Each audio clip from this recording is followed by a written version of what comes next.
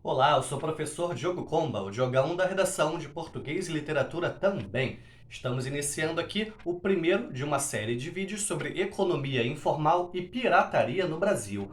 Você deve ter observado, a capa deste vídeo é uma foto que viralizou pela internet recentemente, uma foto bem recente também, que mostra uma situação que a gente não pode chamar nem de inusitada, mas uma situação bastante triste, uma situação bastante dramática e muito presente mesmo no nosso cotidiano, principalmente a partir de março, abril do ano passado, quando começou a pandemia, que é a multiplicação de entregadores de aplicativo nas grandes cidades brasileiras e a multiplicação de situações um tanto quanto dramáticas, um tanto quanto desumanas que muitas vezes esses entregadores acabam passando, certo?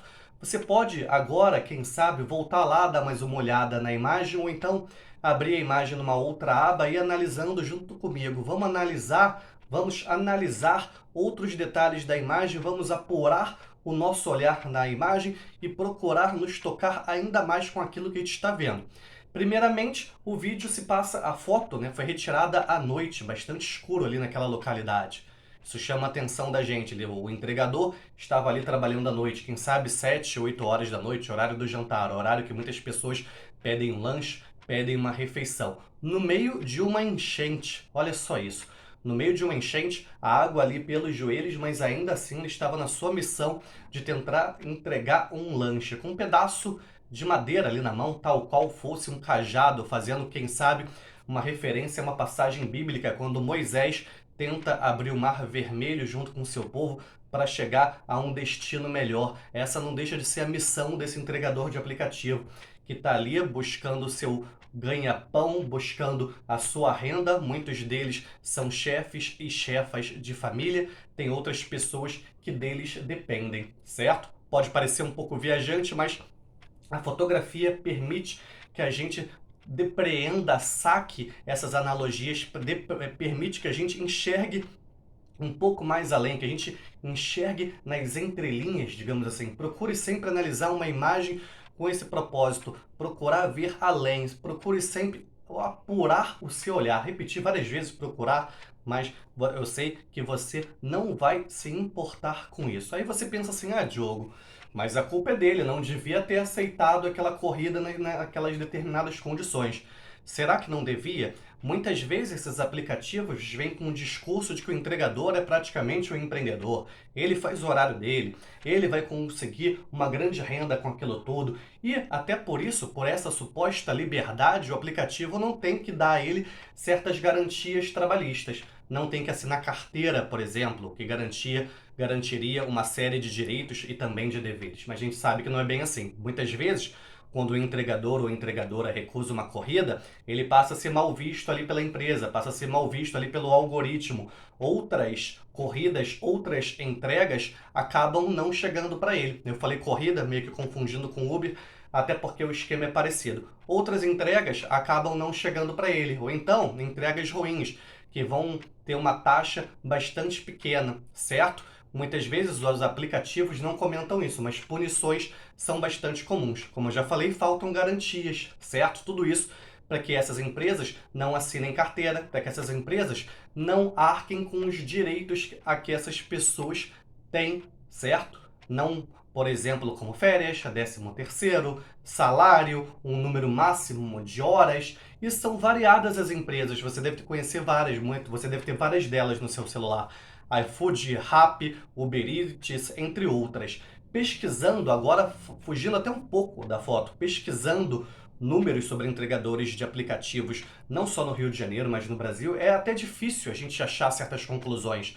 Porque alguns aplicativos, como a Rappi, não cedem esses números, mas a gente pode ter certeza que eles têm muito bem como dizer quantos entregadores eles têm, quantas horas por dia esses entregadores trabalham, quantos dias na semana, quanto ganham em média, mas conseguir outras fontes na internet, uma fonte da PNAD, por exemplo. Joga aí no Google, procura ver o que é PNAD, isso é um repertório muito importante para o seu texto.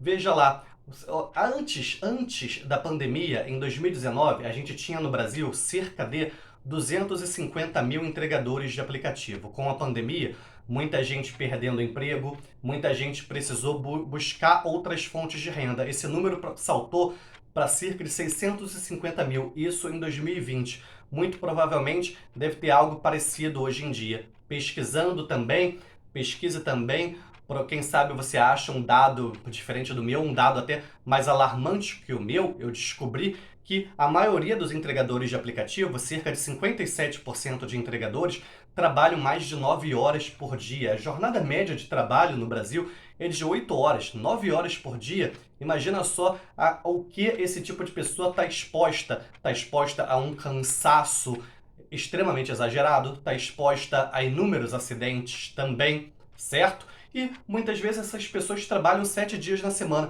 52% dos entregadores, que já é a maioria deles, trabalha em média 7 dias por semana. E o que acontece? A gente acha, mas ele consegue uma renda, sim, pelo jeito tem mais trabalho, muita gente não saindo de casa com a pandemia, é mais trabalho, é mais dinheiro. Não, os aplicativos não assumem, mas eles diminuíram o valor cobrado pelas entregas. Assim, o entregador, a entregadora ganha menos. Aí o que acontece? Tem que trabalhar cada vez mais para ganhar alguma coisa e é uma soma ainda bem pequena. Aí você me pergunta, Diogo, de que modo eu posso colocar isso na minha redação sobre economia informal, sobre pirataria? Você pode colocar isso na sua redação sobre economia informal. Lógico que você não precisa falar única e exclusivamente sobre os entregadores de aplicativo, mas você pode falar que um dos grandes males da economia informal é o quê? É a falta de garantias. Falta de garantias essas falta de garantias, essas garantias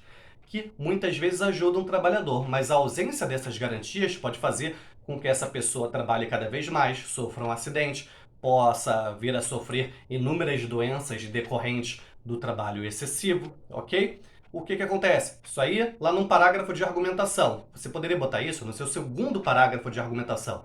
No seu primeiro parágrafo de argumentação, você poderia falar causa, porque que muita gente acaba recorrendo à informalidade e muitas vezes essa informalidade é trabalhar entregando em aplicativo. Você pode falar do desemprego, você pode falar da pouca qualificação ou capacitação profissional, certo? Olha só isso.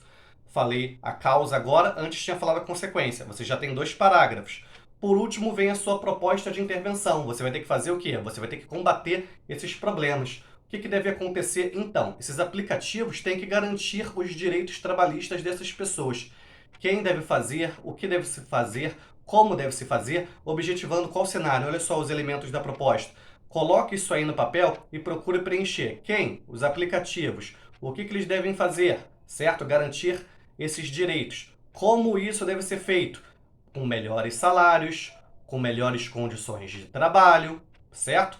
Objetivando qual cenário? Um cenário que esses direitos sejam garantidos, essas pessoas sejam respeitadas, que elas não precisem trabalhar tantas horas por dia assim para terem sua renda garantida, ok?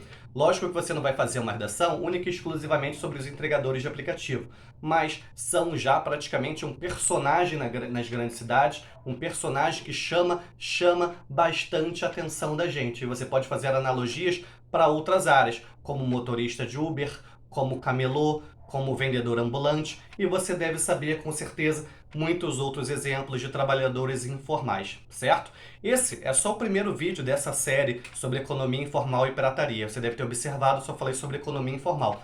Nos próximos vídeos a gente vai discutir melhor a questão, vamos organizar melhor o pensamento. Se esse vídeo aqui conseguir 100 ou mais visualizações, eu faço um vídeo mostrando os parágrafos elaborados, bonitinhos. Eu sei que você sente falta disso, mas me ajuda que eu te ajudo. Quem quer rir tem que fazer rir. Já pensou jogar um da redação famosão, daqui a pouco participando lá do Big Brother, do Grupo Camarote? Quem sabe, né? Enfim, que a força e a inspiração estejam com vocês, sem dizer adeus jamais.